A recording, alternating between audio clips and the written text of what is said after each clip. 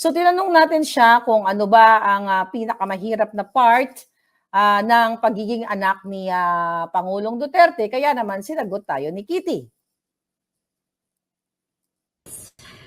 Well, aside from the pressure that I've learned to,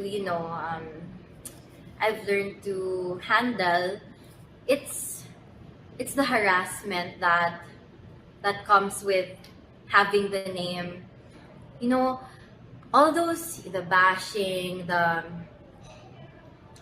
the things that can't really get to me, they don't bother me at all. But what's really hard right now is what's really hard to deal with is the harassment, like us from moving from place to place because of all the warnings that they might search our houses. So I think that's it as of now. Ayan. Kaya naman, sabi ko nga sa isa sa mga tanong natin sa kanya, ay paano niya sa murang edad, paano niya naintindihan itong laban na ito na panggigipit sa kanyang pamilya. So, napakatapang na sumasagot itong batang ito, kaya, ang sagot niya na paano niya hinaharap ay ito, mga kababayan. Wala eh. I had no choice. I have no choice. I'm in the situation and I just have to,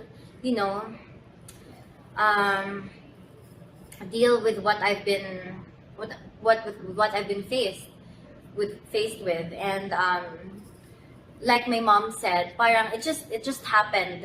It just happened to me. It's like I matured overnight. So yeah, all of it simultaneously happened. Na parang I woke up one day and I had to be this. Yeah, so paano ni Kitty na nahaharap ito, itong laban na ito? Kitty, ano yung inspirasyon mo? Saan ka humuhugot? Sa gitna ng kaguluhan? Sa iyong pamilya? Talagang nakakadurog itong ingay at panggigipit sa inyo. Kaya naman, binigyan ng tugon yan ni Kitty. Only one answer for that, and I have been writing it also in my letters to my dada. It's my overpowering love for him. So despite the situation and even with everything that I've been feeling, because of course I have my personal life, and as a young adult, I'm 21. There's another set of challenges that I'm facing also, and I'm discovering myself, I'm learning myself, but love conquers all. My overpowering love for my father. Yun, ayan, napakagandang bata, ano?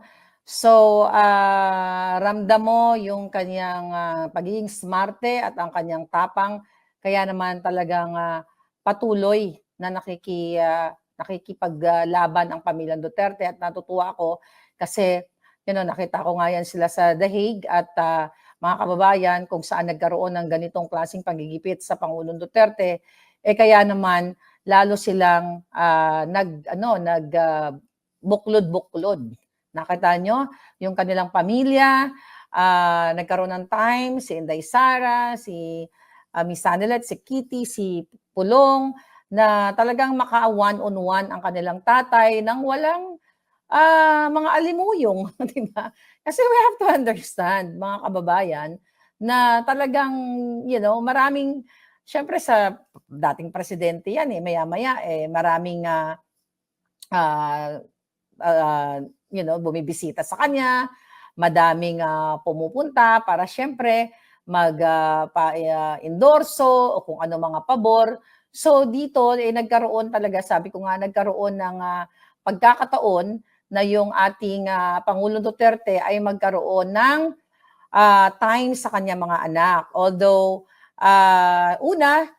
medyo nahirapan siya mag-adjust doon dahil yung pagkain, di ba, naghanap siya ng kanin and everything.